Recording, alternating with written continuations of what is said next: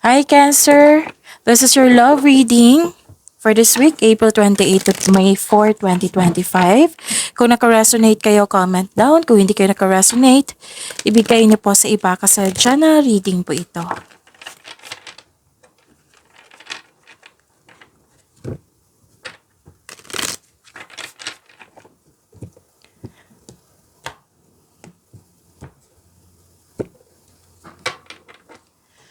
Spirits Guide, ano po yung gustong sabihin ng person ni Cancer sa kanya?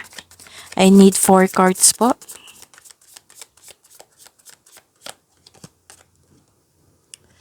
Please don't hate me for ghosting you. You didn't deserve it. Bakit nag-ghost siya? Or hindi kanya kinakausap? Andyan siya pero hindi kanya kinakausap. Pwedeng nag-ghost talaga to. Literal na ghosting. I fell in love the moment I saw you.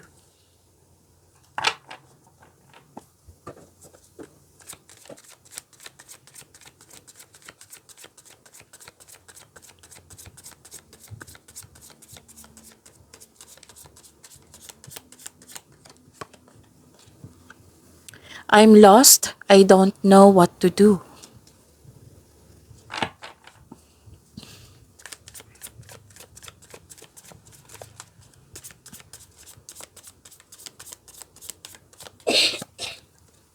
I hurt myself. I hurt myself by letting you go.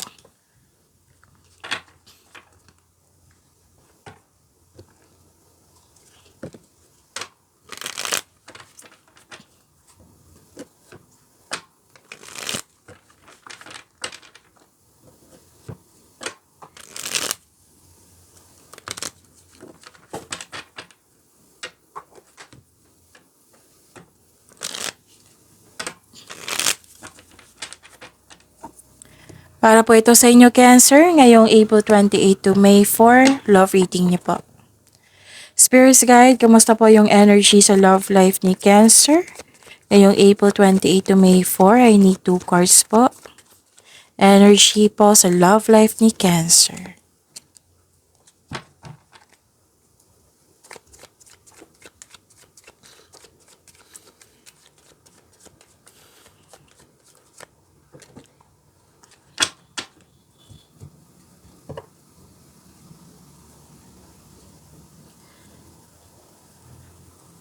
Okay. Makinig po daw kayo sa inyong intuition kasi may nangyari po daw na hindi nyo alam or ini-ignore nyo. Stop overthinking. Diba? Overthinking din nyo sa career and money nyo. Overthinking din to eh. Overthinking, overanalyzing, so stop it. Magkaroon ng tiwala sa sarili. Kasi nagre-rely kayo sa guidance o opinion ng iba. So, pwede naman ganyan. Pero, magtiwala sa iyong sarili. Kasi mahirap pag wala kayong tiwala sa inyong sarili, di ba? So, yun. Kailangan nyo makinig sa inyong intuition kasi may nangyari po daw. Pwedeng in-ignore nyo or hindi nyo pa alam.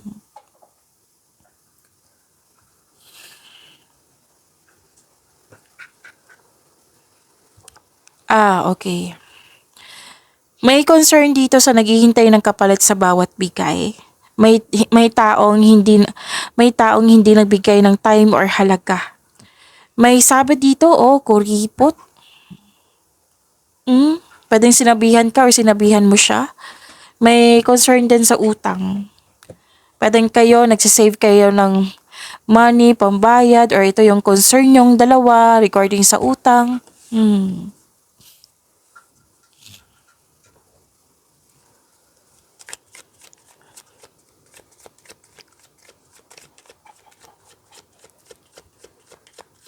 Spirits Guide, challenges na ma-overcome ni Cancer sa love life nila.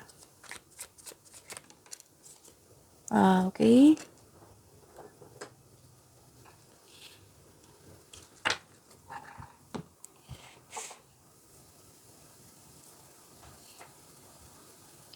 May nakita nga ako dito.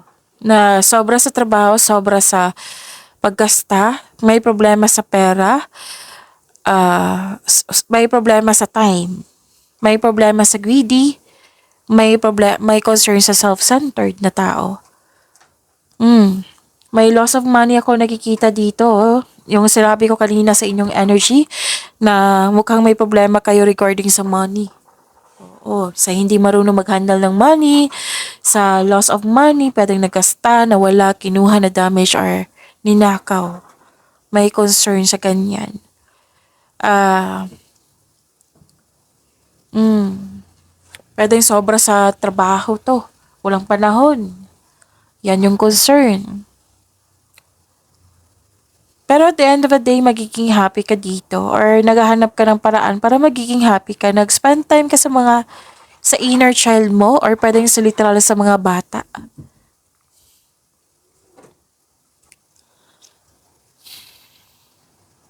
May matatanggap kayong news na buntis or wedding.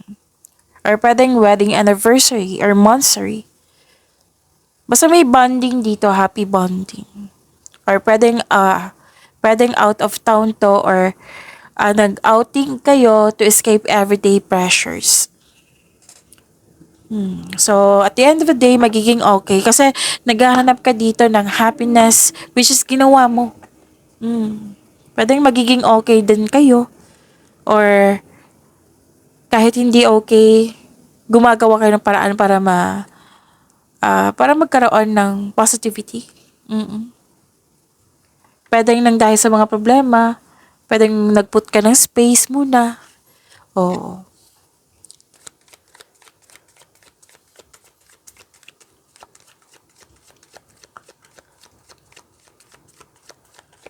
Spirits guide, ano pa po ang gustong sabihin ng person ni Cancer?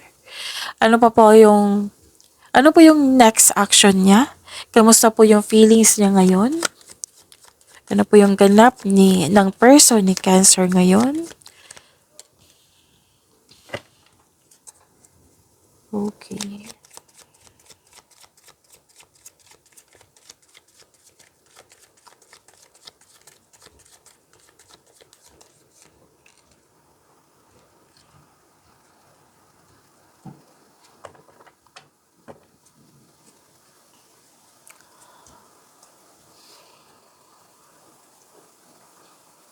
Okay. Yung kanina na sinabi ko, may ano dito may lumabas na mensahe na pwedeng may ganap na kasal, pamamanhikan, pwedeng wedding anniversary, monthsary, or pagtatapos or achievement na nag-celebrate kayo ngayon.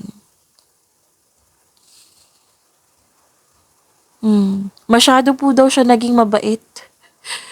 Oo, sabi po niya, parang may sabi dito na naging mabait po daw siya sa inyong relasyon, sa inyong connection, na feeling niya inaabuso siya.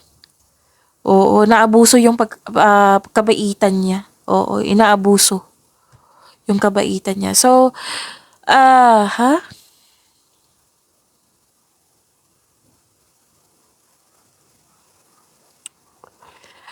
May concern dito regarding, hindi siya concern, pwedeng nag-uusap kayo regarding sa education. Pwede yan yung problema nyo regarding sa pera, sa education. Pwede. Yes.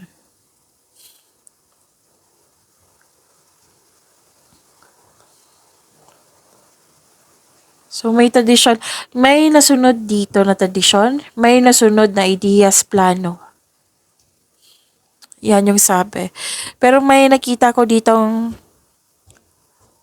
na panghinaan siya ng loob. Oh, napanghinaan siya ng loob, naging impatient siya, naging weak, madali siyang mag-give up. Hindi siya, wala siyang tiwala sa kanyang sarili. Uncomfortable siya sa pagbabago, sa situation niyo ngayon. Kailangan niyang harapin tong mga concern niya. Kasi dito nakikita ko, hindi pa niya hinarap. Pero may mga pangyayari dito na parang go with the flow siya. Oo, go with the flow.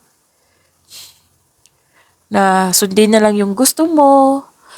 Oh.